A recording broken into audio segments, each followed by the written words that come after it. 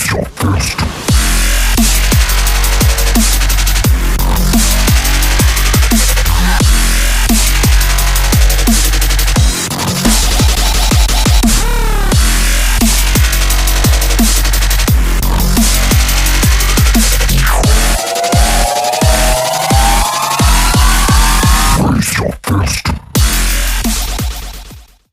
we're here today with Devlin White, endurance athlete and now inspiring former endurance athlete and inspiring bodybuilder. Thank you for coming and joining us, man. No, sweet, man. Thanks for having me. It's good to have you, bro. So, before I go, I'll obviously get into like all the bodybuilding questions and whatever. I want to find out. So, obviously, we know that you're like you started with endurance stuff, triathlons, whatever. Then you went over to cycling, and then you told me that you had like some serious fucking accident. I want to find out a little bit about that. What happened? What was the situation there? So what happened was I'd been racing in Europe for about 4 or 5 months at that stage. I came back from Europe in about August time. Okay. And yeah, Europe had been like a real tough like eye opener for me. Yeah. The racing there was completely like. Sorry, when you say racing? So road racing. I was road cycling over there with the SA team, and then I would race for local like Belgian teams or so you really took it and stuff. Properly in it. So my goal was to become a professional cyclist. Yeah. I had dedicated my life to that. So in grade 10, I stopped mainstream school. I went across and did the British system through homeschooling and that. Okay. To be able to, because my time was just absolutely like I had no time for anything with school. So I would basically wake up like 4:30, 5 o'clock every morning just to get homework done for that day, go to school, come home, like eat a meal, and then go and spend 6-7 hours on my bicycle. Jeez, so, that's quite a fucking routine. Yeah, that is crazy. And then on days that I wasn't spending like long hours on the bike, it was a short session on the bike, and then off to the gym to do a gym session, back home. And after that, you don't feel like doing schoolwork. Oh, yeah. It's not the 7 hours of cycling asked me to do homework. Yeah, exactly. I didn't want to do homework in any case. So yeah, I took a lot of convincing on my parents' side of things to be able to allow them to let me do homeschool. Yeah. And yeah, eventually I got that right, and then I thought like, sweet, like I'm on the road, I can make this happen. Went to spend time in Europe that year. Got my head kicked in, like absolutely, like half an hour behind some of the leaders in some of the nation cups and stuff like that. But yeah, their level of racing is there. I think that happens to a lot of guys, but they go overseas and they realize, fuck, okay. Yeah, you can be on top of your game here in South Africa and be absolutely shit in overseas. Yeah, like bodybuilders, right? 100%. Like a lot of guys, they think, well, they're at the top level, and then they go do like amateur Olympia or whatever it is, and they're like, oh fuck, okay. Yeah. This is even amateur Olympia is not even like a true representation. Exactly. So I came back, and obviously with all the racing I'd done, I was on really good form. So I decided I was going to go and do the national track champs that year. But before I'd gone to Europe, I went to the Western Cape provincial champs, and like I kind of disgraced their local riders at their provincial champs. Okay. Yeah. Like my forte, like my race, like my favorite race, the best race, like I was best at, and that was called the points race. Okay. So every 6 or so, it depends on how big the track is, but every 6 to 8 laps, you end up sprinting for points.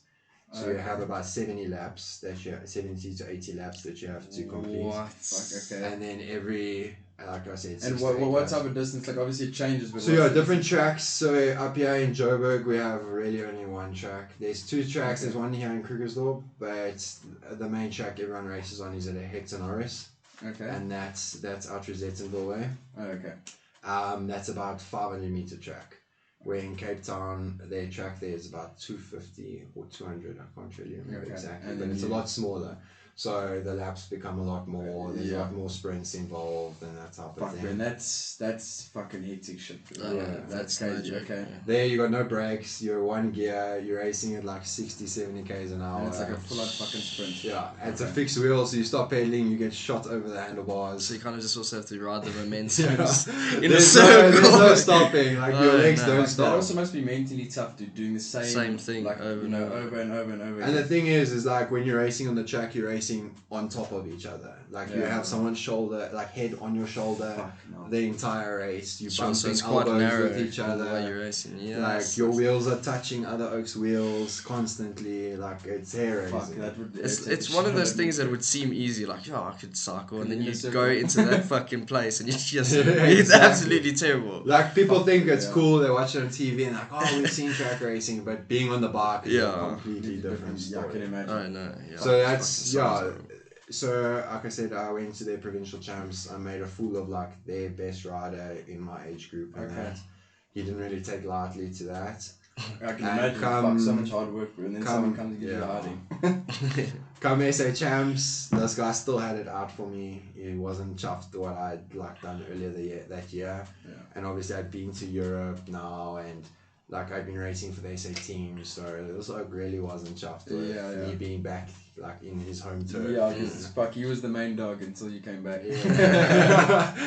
So during that race, this guy he switched me. So what that is so we were in the middle of a sprint. So we were like the bell rang. We were sprinting for the next lap for points, and he basically came from the top of the banking and he hit my front wheel with his back wheel. Now when that happens, like you as the rider whose front wheel's being knocked, you can't do anything. Yeah. Like, you're on the bottom, like the banking runs down like that. Slope, yeah. And I got like he came down on me on my front wheel with his back wheel, and that was me. And that was like 70 k's an hour. So the actual crash didn't cause the injury. Like I got back up and carried on racing. Like my shoe was broken, my helmet was broken, my front wheel was broken, my handlebars were broken. Now to give you like perspective, I should have been like had more time to fix that stuff and get back into the race. Yeah. But because it was being held in Cape Town, it was all being held by Cape Town officials and stuff like that. It wasn't as... They never neutralized the race when I crashed. So when you crash, they're supposed to neutralize the race for 6 laps and allow you to get back in. Okay. Alright. Okay, I see. They never neutralized the race. So the race carried on at full speed. And I had to get everything back. And I only got back in like 7 laps. Not within the required 6 laps. So because now I'd been lapped essentially, I was like 20 points down. Where I was like one of the top contenders before the crash. Yeah. So I had that 20 points to make up. So I either had to win extra sprints or lap the field again, and then still With win a broken whatever. fucking bike as well. Nah, I had a massive hematoma on my elbow from where I'd hit the deck. My knee was like shredded to pieces. I also had like a massive hematoma on my knee. I didn't have time to change my shoe, so I carried on racing with a broken shoe, carried on racing with a broken helmet. I literally had time to change my wheel and my handlebars. I got back on the bike. My frame, my actual bike was cracked in like 3 places. Jeez. So it was a hazard being intense. back on the bike. Yeah. Like if the officials knew the state of like my bike and me, they wouldn't have allowed. But I got back on, and I was 20 points behind. And the gentleman that crashed into you so I was about kindly? to say, fuck. So this was all caught on camera. It was all on camera, but they all tended to turn a blind eye to it because it was their athlete from like their hometown and stuff like that. And so I got back in, raced my ass off. That I had enough points that if I hadn't been, like if they had neutralized the race, I would have been fine. Okay. I would have won the race and everything. Oh fuck yeah. But at the end of the race, now I was cut full. I was pissed off, and this guy came riding past me with his hands off his handlebars and like made racial comments and what because he was like a colored rider. And I got like aggressive with the guy. We both ended up getting disqualified from the national champs, and that was it. Oh wow, that's a rodeo and a half. I guess you fucking hell. I had got him back. You could have got like him back for fucking doing what you do, because he also got disqualified. Yeah. That's power. But That's I still had like 3 finals to ride the next day, which now I never got to do. ride. Okay. So I see. So it was and obviously for me, like, those accolades would have aided in me helping me get into other teams in Europe the year after and everything. So yeah, it was a huge like emotional battle, as well as like mental and physical.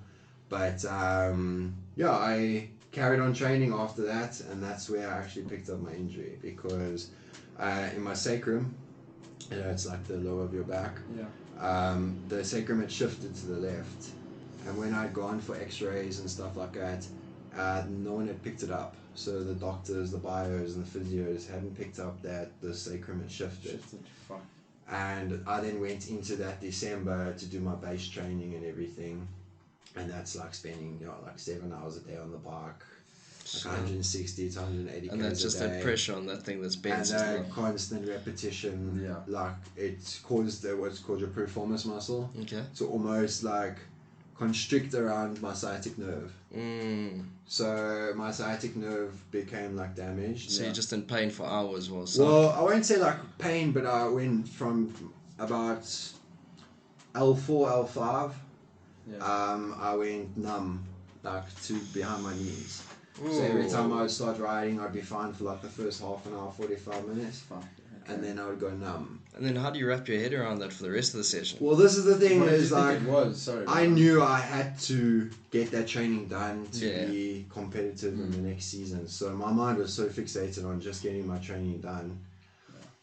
I then went and saw specialists in like while still training. Like I was just going and seeing people and explaining my issue and being like, listen, I don't feel right on the bike. And the only way I could describe anything other than the numbness was my left leg kept feeling longer on the bike than my right leg. Okay.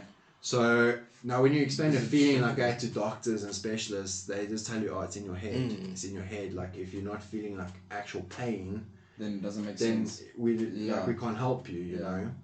Only when I had mentioned that numbness to one doctor, he was like, he has an idea of what it could be. Sure. So he sent me for a nerve conduction test where I like sat on my bike on like a trainer in his rooms, and he made me ride, and he actually did a nerve conduction test where they put like acupuncture needles into the nerve all the way down your back, and like he did it all the way down my trying to isolate where it's coming from. And then they ran a current through it to see where the blockage is. Okay. And then they actually found that this piriformis had really like constricted my sciatic nerve. Fucking hell. And because I'd carried on training, I'd caused like a lot of damage to that nerve.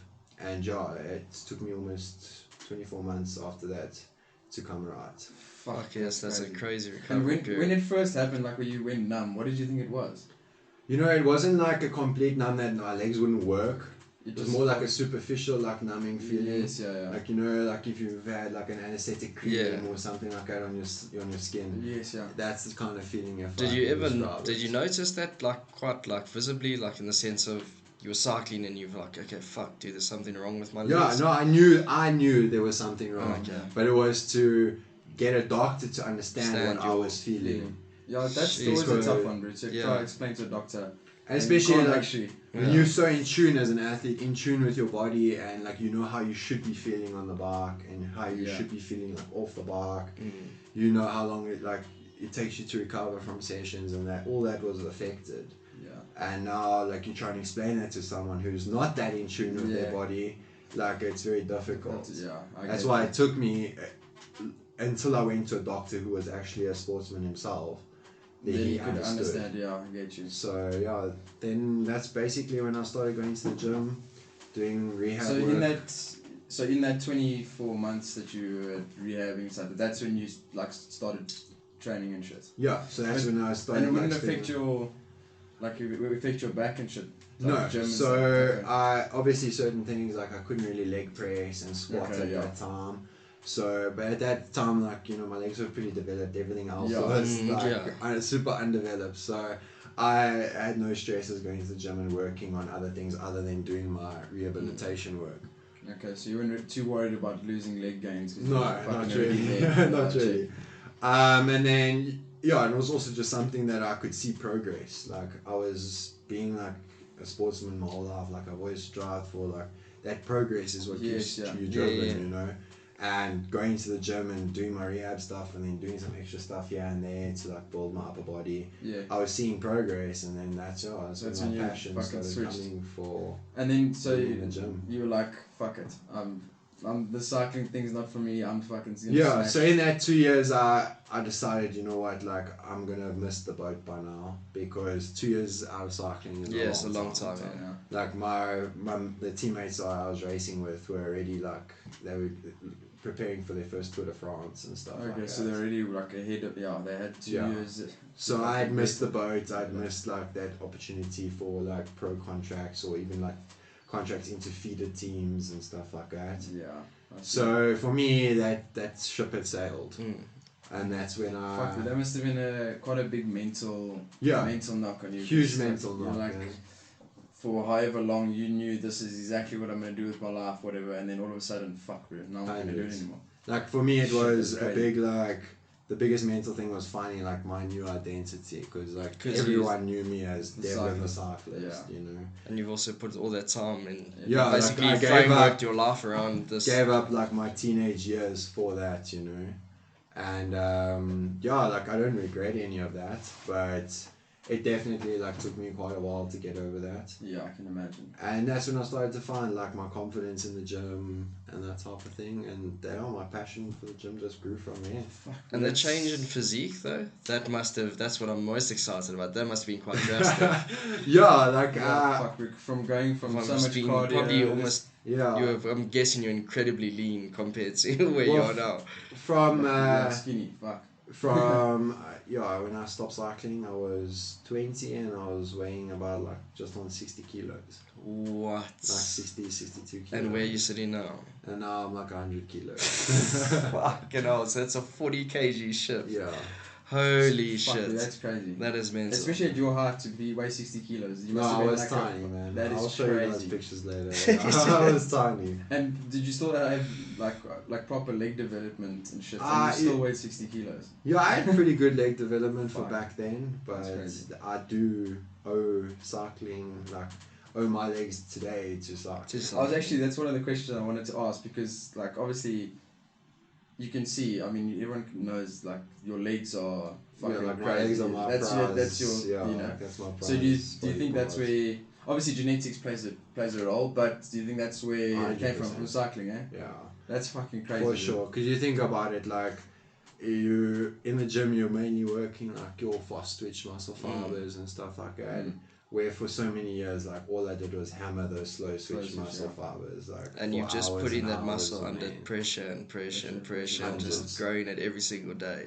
Like when I got serious about training, like I'd see the most growth in my legs when I took time off from training legs, because like my legs were so conditioned to being beaten up the whole time that when I did give them rest, then that's actually when. Like leading up to my first show, I actually picked up a hip injury, and I wasn't able to train legs for 14 weeks leading up to my first show. Like only in the last 6 weeks was I able to train legs, leading up to my show. Dude, that is fucking mad, because literally I saw on your Instagram with a photo of, obviously it was from that day of the comp.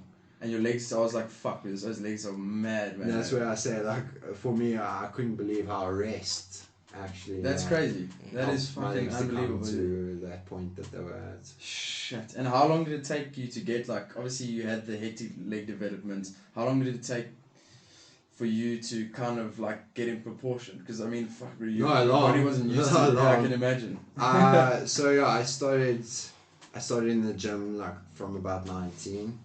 And like 19 and then 20s when I decided like, okay, cycling's over. And then from the age of 21 I started studying. And that's when I started taking the gym really seriously, and that's when I started going, like I was consistent about it, like I was eating right, and I trained for about, I'd say like 5.5, just on 6 years, like naturally. Just doing my own thing, no real guidance, like training with the odd bodybuilder in the gym and then like just learning having new fucking things. Fun with it. And also just like I got to that point where I was just training flat out every time I went. Like no real structure to my training and stuff like that. Like I know now, you know. Yeah, of course you live it. Yeah, fuck me. It's a long process and you learn all the time. 100%. Yeah. So yeah, it took me. I would say it took me about a good 6 years to. Yeah, but that's the main, especially if you're doing it naturally for so long. Yeah. It's not a overnight. No, it's not something you can just expect to wake up to the next morning. And tell me, like when you decided, okay, cool, I'm gonna fucking train, whatever. Was your first thing to be like, listen, I'm gonna compete? Was that your? No, not okay, at all. When you must understand, coming from cycling, like juice and gear and all that is like taboo. Yeah. There's no such thing as doping, and like you. Yeah, like it's fucking. That's your career over if you get caught doping and stuff like that. So. Yeah, for a long time, dude, like it took me a while to wrap my head around like what bodybuilders did and stuff like that, and like the lifestyles they led. And for a long time, like I believed like I would never take gear. Yeah. Like I was in that mindset of like, fair sports and all that type of thing. See how far you can but go. I didn't quite understand like the body's limitations at that point, like your physiological like limitations and even genetic limitations and that. And I used to think the works at the gym were nuts, bro. Like the amount of gear they were taking and stuff like that. And it's a lot of guys like try to convince me like, you've got like the dedication and that, like you should really compete but you're gonna have to go and stuff and all that. And I was like, no, I'm not ready for that. I also knew my parents would probably cut my balls off. So that wasn't even like a topic of discussion at home, you know. Yeah. And then about around 2017, like that passion really started to pick up for like training and stuff. And I started having those thoughts, and like even Megs had mentioned to me like, you should compete, you know, like you train so much and you might as well put a goal, like have a goal. And I started to like manifest that and like believe like, I can actually achieve something. And then end of 2018 I decided like, okay, it's time to get a coach. I'm not gonna do this like unadvised and stuff like that. That was like a prerequisite of my parents. Like they said, if you're gonna follow this, you're gonna do it under the guidance of someone that like it's a professional. You feel comfortable with. They're not gonna treat you like a science experiment and stuff like that. And I then started off with Vian Mens. Okay. And he prepped me for my first competition. And that's where did you first compete? Sorry. At the H&H Classic. Okay. The PCA. The PCA. Okay. I don't know if maybe I've got it wrong, but I think Carl was telling me that you were supposed to do classic physique. Yeah, so I was supposed to do classic bodybuilding. Classic bodybuilding, okay. So with classic bodybuilding, I was supposed to weigh in at like 89 kilos. Okay. Alright. Yeah. Leading up to that show, I'd done like a 15-day decarb, and I was absolutely hating my life. Like, I was losing gains, like I was losing like everything I'd worked for. Just to try and get to that weight limit, you know. And eventually, Vian and I decided, you know what, it's not worth like we're losing all that hard-earned muscle and stuff like that just to make a weight limit. So like just after that decarb, he was like, you know what, it's not worth it. Whatever you weigh on the day, that's the category we go with. Oh wow! So you literally shot on the hip on the day. Yeah. So on the day, I hadn't eaten anything. Obviously, I went to weigh in, or got on the scale, and I was 91 kgs. So I was not doing classic. I was doing open bodybuilding now, and I was like shitting bricks, man. Like, I saw some of these oaks that I was standing with like in the queue to like register and stuff, and these guys were big. I competed against David Jobert. Oh yeah, I know David well. We went to school together. Okay. So David had won like world champs twice as a junior. And like this was not intimidating. I was like, I'm not going to be standing on stage as like a world champion, And this is my first show. I was the youngest. No, I'm not lying. I wasn't the youngest guy. Devlin was on stage with me that day. He was probably the youngest oak on stage with us. and I was definitely like the smallest. I was probably like the shortest oak on stage. Yeah. So yeah, I felt like super intimidated. But in the end of the day, like my coach was like, you know what, this is your first show, you got nothing to lose. Yeah, Go up 100%. there, and I believe that it being live judging that day like played in my favor. Yeah. Because a lot of the bigger guys, like, they weren't used to like live judging, and they were like letting their stomachs fall out on the stage, and weren't really like keeping things tight.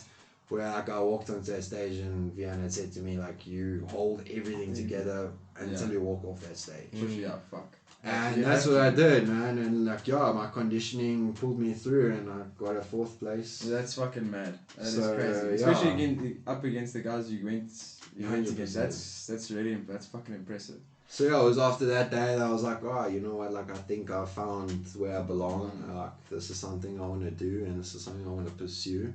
Okay. And yeah, so after that, pretty much I knew like I had a lot of improving to do if I was going to stand in an open lineup again. And I did have like, it was never in my plan to stay with PCA. Like, I did want to move across to NPC and ICB and that, and compete like with the. Like, I just feel like it's more respected. Yeah. Yes. And it is the gateway to the bigger leagues. 100%. It's the only way, bro. Yeah. You know. So, like, all respect to the PCA guys. Like, they, even the federation and like the way they like run their comps and stuff. Yeah, like it was super professional. Yeah, and so is the IBFF. Yeah, the IBFF, they're very good at hosting. I must say the couple shows that we've gone to have also been quite world class. Yeah, they have been. The venues have been great. Everything's been great. It's just the organisation doesn't allow you to take that. you hit that ceiling really quickly. Yeah. So I mean, it's like, fuck, bro. Now where do I go? Smaller pool of competitors as well, obviously. And so I knew like, okay, if I want to be competitive, I'm gonna have to spend some time like upping my game, like putting on a lot of size and stuff like that. Okay. Towards the end of that year, 2019, I moved across and I joined Warren Gammergeisen. Okay. The mad scientist. Yeah. And yeah, he did wonders with me. Like, he really took me to a new level. Unfortunately, I never got to showcase like that level because of lockdown and all that. Okay. That was my question I was gonna ask. But yeah, I'll show you guys some pictures later. But I was, at 16 weeks out, I was bigger, leaner, like way more conditioned than I was on show day. Sure. The year before. That's fucking bad. So with like 16 weeks to still improve, like I was like really ready. Yeah, I was ready. Like, and I was looking forward to like showcasing that. And then Corona, like stuff. And you didn't think of like doing like eye candy and whatever last year? I did, but I ended up taking like a good good off season, like where I cleaned out, got healthy and all that type of thing. Yeah. That's also just good to like flush the body and kind of start that process 100%. again. So I didn't want to go from one prep straight into another one to getting ready for another prep. Like, I wanted to allow my body some rest and time off and that. Okay. I did go through like a few. I had like tendonitis in both my elbows during lockdown. Oh, fucking that's a terrible one for training.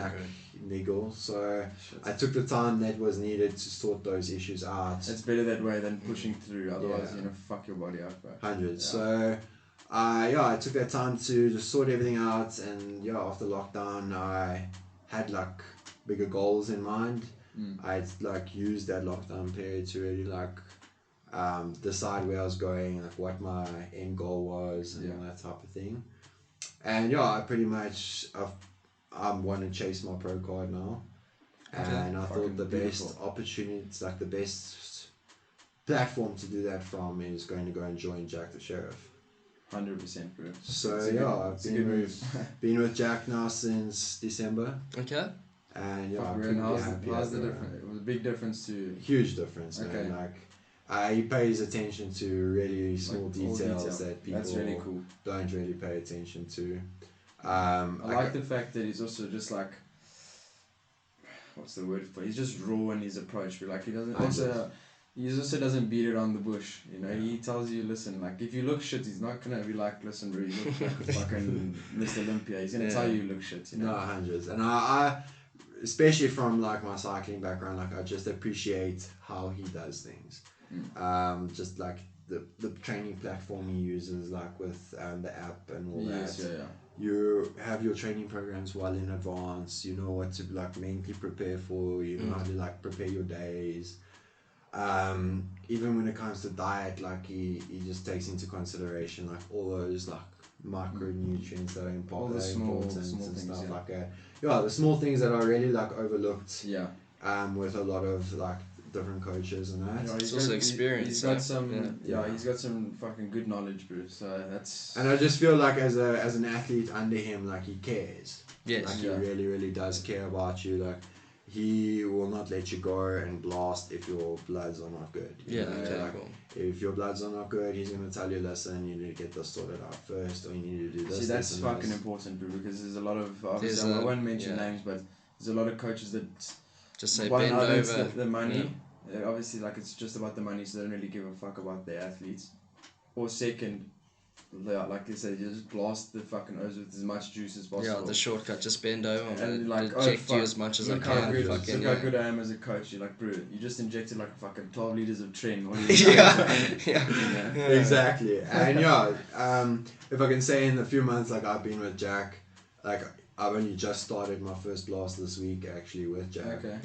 And leading up to that, I saw more progress with like basically like being on TRT dosages and that. Yeah. I've seen more progress than I have with like other coaches. Like when and like basically being natural, like within natural Shit. limitations and stuff like that. So yeah, That's crazy. I give him props. His training programs are, you can't even compare. Sounds man. unrivaled, You can't yeah, compare. Like Yeah, I guess for these every 6 weeks, 4 to 6 weeks, like I have a completely new training phase. It's not like I'm being given a cookie cut program. It's just too fast. 6 other oaks have had, you know, like it's very specific. Tailored and it's working on my weak points. It's improving like areas that I neglected, you know, like with other coaches or even on my own. Yeah. So And diet wise, what does he change to like your previous? Man, I eat a stupid amount of food. I eat a stupid amount of food. Like during my body recomp phase, I was eating like 4,500 calories, and just before this blast, before we increased my calories, I was sitting at like 6% body fat on 4,500 calories. So that's insane. It just goes to show like the guy like he knows what's cooking. He knows what he's doing. Yeah, that's great. And meal, like how many meals? Like so I eat about 4 solid meals a day. Proper large. They have to be calorie dense meals and stuff like that. Jack believes in fewer meals than too many meals. Okay. Do you know what his reasoning behind that is? So it's all to do with just like maximizing protein synthesis and stuff like that. So not like causing that process to happen too often throughout the day, so that when it does happen, it's more effective. And that type of thing. Yeah, because there's a lot of like obviously everyone's got their own fucking whatever, you know. Tricks, each coach has their own trick and whatever. 100. Some coaches will put guys on stupid things. Well, I say stupid, but if it works for you, it works for you. Like 10 meals a day, and then it's obviously a lot smaller. Some guys do fucking like 3 or 4, like you. Yeah. I guess it all depends on the athlete as well. Does he do that from all of his athletes, or is it just I'm pretty sure he follows that. I can't speak for like the woman he trains. Yeah, okay, it's a different story. Yeah. But from what I understand, like most of his males are on a very similar like sort of schedule. Do you think it's also got to do with like slowing down your metabolism? Because if you're gonna eat literally all day, every day, like for sure, you don't get that period where like you like almost depleting or starving yourself. You always fucking eat. You're always full, I believe like that has to do with like how can I say like the gut distension and all that type of thing in the long run. Yeah. Just forcing all those carbs into your body all the time isn't good for your stomach, bro. I know. I've had stomach problems. And that's a strange one, because when you were a different athlete, when you were doing the cycling, it's more like you said, like a healthy type of athlete. When you go to bodybuilding, you're eating 4,000 calories a day. Obviously, you on gear, you you know, fucking resistance training, you do get like the tendonitis, the niggles, and so how do you like? What is the difference now for you in the day-to-day training? So like, if I can compare the two, cycling is you can't even compare like the difficulty of cycling to bodybuilding. Like it's its own mental challenge, like being on the bike by yourself for hours on end, and like keeping yourself motivated to like ride 6-7 hours. And I also believe that like it takes a certain kind of person to have that like cardio, like that gas tank. Oh yeah, not everyone can just get. And it doesn't just come cycle. overnight. Like it took me years to work up to being able to train those kind of hours and that type of thing. But when I compare bodybuilding to cycling, there's nothing like bodybuilding, bro. Like you know what, when you first said it, I thought you were actually gonna say that cycling was tougher on you. Not a chance. But I've never met someone that does bodybuilding that says, bro, it's actually like it's chilled. Yeah. You know, like it's chilled, like it's actually quite easy, bro. Yeah. Because you're conscious of whatever you put in your mouth. You know, you get off a bike and you've burnt. Say you've been riding 6 hours and you've burned like almost 5,000 calories. It doesn't really matter what you go chow whatever you want to chow, bro. Like it's really not going to have an effect on you. As long as you're replacing those calories you've burned, you're going to have energy the next day. I mean, like I go home and chow Nutella on toast and feel fantastic the next day. But that's when you compare it to bodybuilding, like you know, if you miss a meal, you feel it the next day. Yeah, you feel if you try something cock, or on the weekend you have a cheat and you go a bit overboard, the next day you feel cock. You know, your digestion doesn't work the same. You feel watery, you feel bloated. And also, like you said, it's also that type of sport where with cycling, whatever you did your training, it's done. You know. Whereas with bodybuilding, it's like, to my knowledge, it's the only sport that literally takes every fucking second of the day. Like meal prep, eating, training, all day, every day. You got to get this amount of sleep, this, that. So, 100%. fuck, really. Like, I don't think there's another sport on the planet that takes up your whole day. Literally. No. Especially when you get to the levels that the Olympios are on, it's like, it's actually fucking crazy, bro.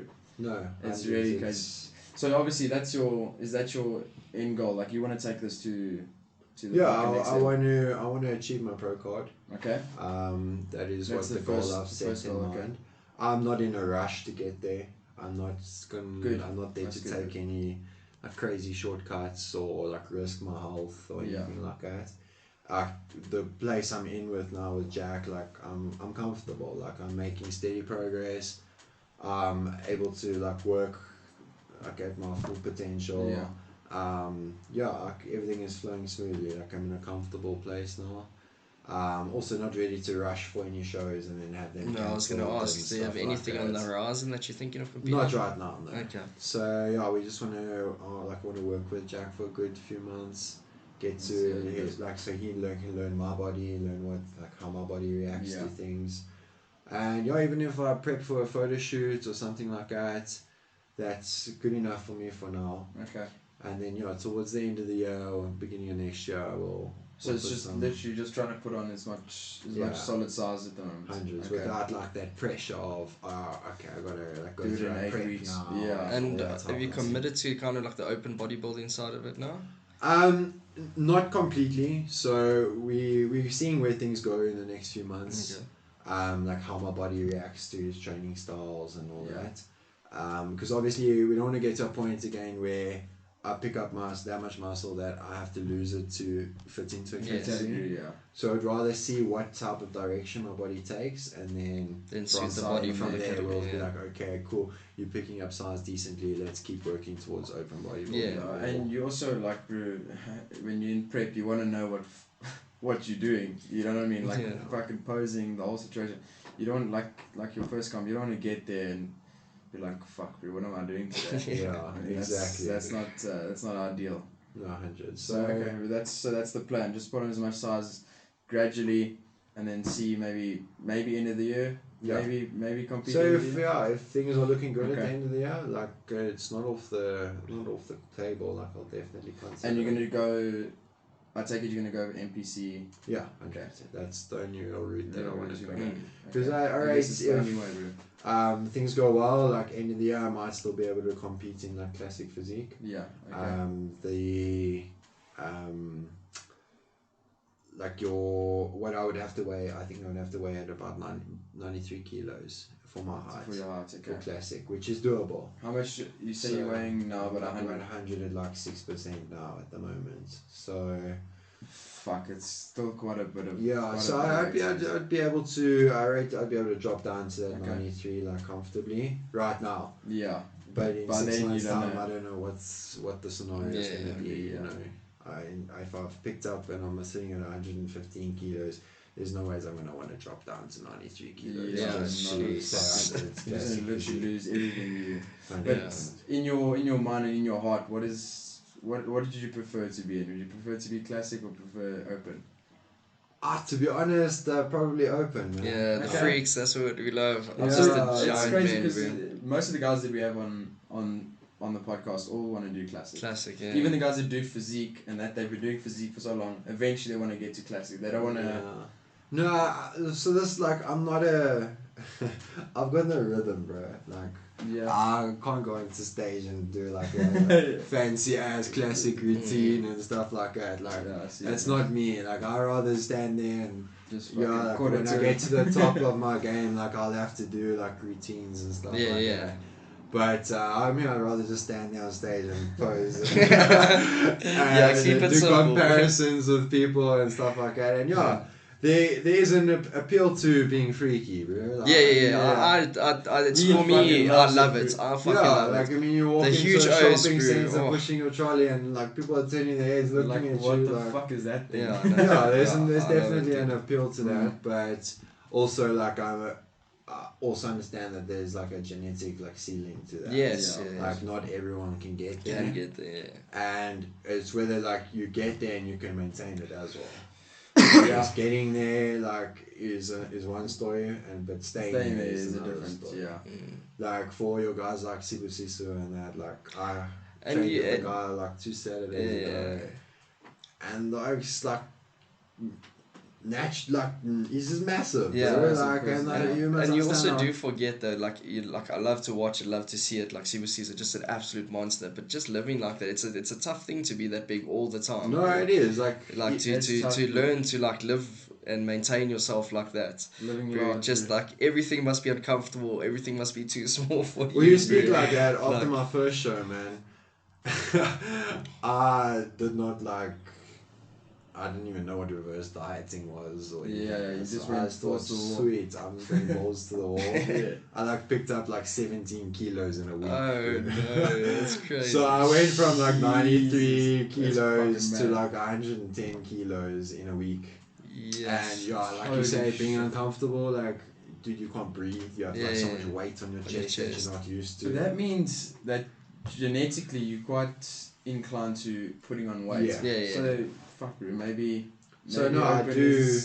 I'd like to see where it goes. Like I'm not gonna I don't want to put a ceiling on it. Of course.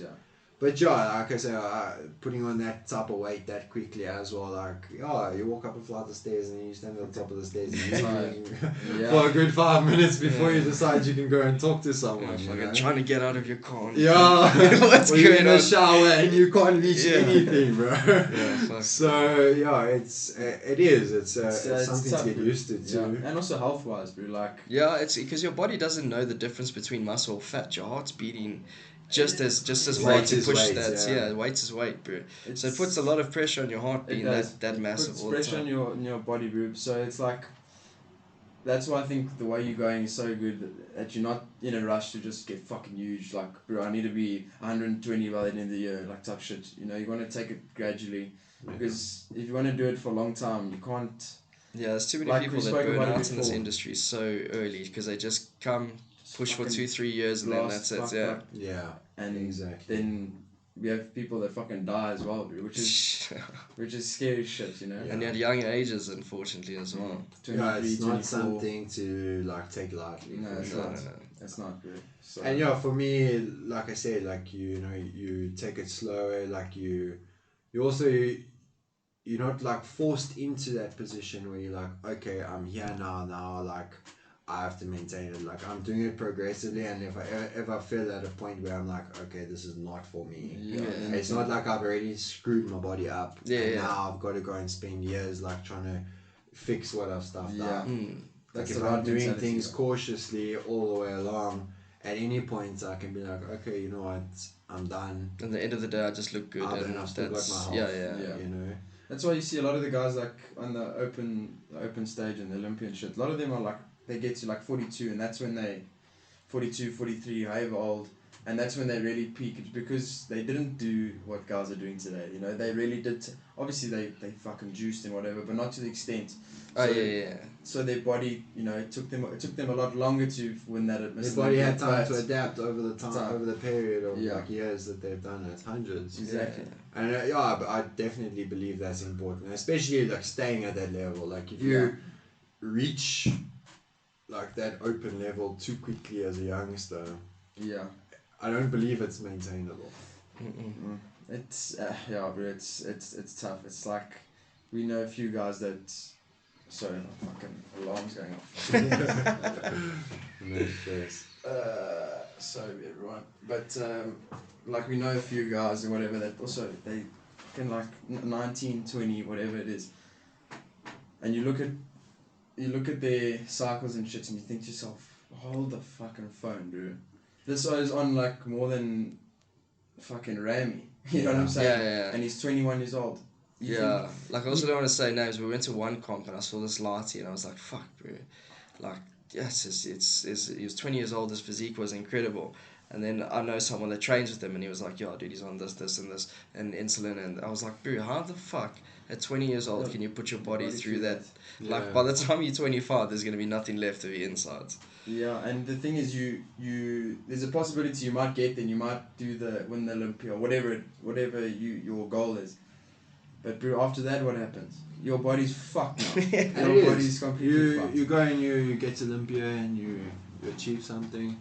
But what life do you have after? Yeah, that's the other thing. People always forget that being an athlete is a very short time. Then what? So you spend the rest of your life on dialysis. Yeah, so you suffer the rest of your life for the one time that you won that trophy. Yeah. But then you also look at it the other hand and you think to yourself, hold on, bro, this is my calling. Like this, I think this is what a lot of guys, the way they see it, that like this is my calling. I'm gonna do whatever the fuck it takes to get there. I'd rather die at 40 and do what I was.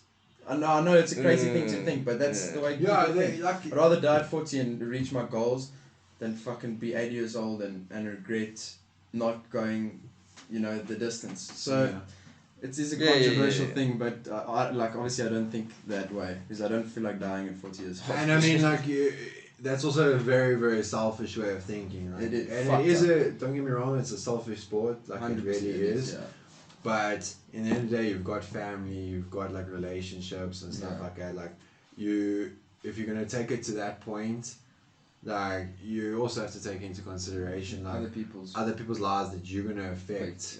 If like something happens to you, 100%. Then there's always the chance that you regret it because you might think everything means that moment or whatever. And then you get there, you could accomplish it, and like 10 years later, like you said, you're sitting on dialysis and you go, "Fuck, is this worth it?" It was like worth all the shit. Yeah. And you don't have to go to those extents. Yeah. That's the thing is, and I think a lot of youngsters are delusioned by that. They think like, oh, you got to go balls to the wall to achieve this. Like, you see how many youngsters are on like juice from such a young age. It's fun. And it's crazy shit, bro. Like, I don't believe that that's necessary. Like, you hear of a lot of pros that did their first shows like naturally. Yeah. And maybe they didn't look great, but they still went through the process. They learned that process from a young age, like doing it naturally. Yeah. And then like when you're in tune with that process, and then you start adding things, that's where you make the difference. And that's also like, I feel like a broken record because I always say this on like every podcast, but guys also like their genetic potential also gets fucked up from all their body can't. You blur the lines of like your development when you start juice too early because you never really know like where's that ceiling, where can you push naturally, how can you fucking sculpt yourself naturally before like You know, because obviously you go in gear, you like fucking blow up. You're like, oh god, I look great. But like, how much of that is like your actual training, your actual eating, your actual physique, And how much of that are you gonna hold on to? Yeah, and hold on to. And that's the problem of that fucking. That's why I think that it's physique so good gets the way weird like you went, that. is that you trained whatever the 5 or 6 years naturally, or what was it, 5 years? About 6 years, yeah. Bro, and you kind of realize, okay, cool, this is where I can get to naturally, and then you fucking take the extra step. Yeah. In my mind, that's like fucking, that's the best way to go. Yeah. Because also that knowledge like that you gain while you're natural, like you try absolutely everything in the book 100%. to get bigger and get like put on size. So when you take that next step, like you already know a lot more. Like you've really like dug deep, trying to find those alternative You know all the ways. tips and tricks to the game now. Like different training styles, different training methods, and that type of thing. And I do believe like that in the long run will hold me in good stead. 100% agreed. 100% agreed. So, But yeah, bro, fuck, that was an interesting story, bro. I thoroughly enjoyed that. But thanks so much for coming. no, I thanks appreciate for it. having me. Yeah, guys. and It was awesome. Also, let us know when you decide you're going to compete. No, you guys will be the first to know for sure. We'll definitely be there. I really want to see this shit, bro. No, that's lekker. When we're hitting a prep, I'll come and have another chat. 100%. After, let us know when you're having another prep and we'll have another chat. Yeah, sounds good. Beautiful. Thanks, guys.